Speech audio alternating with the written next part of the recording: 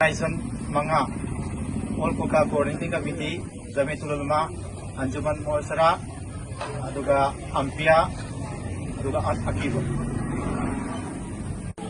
Koi haukiba October ki date 7 da koi media amadi print and electronic media da koi hospital sigi doctor amadi nurse singi awat pagi matang da koi face note thokib lai gravni adong asi phau bai koi sarkar na hairiba akoi kokta PHC asigi awat pa doctor amadi nurse asi thabi raktamna maram oiraga koi ngarang koi matam thabekibni October ki date 12 ko aduna ngasi October ki date 13 yaure hospital sida koi doctor anoba nurse adagi koi staff thabi raktamna maram oiraga ngasi dagi follow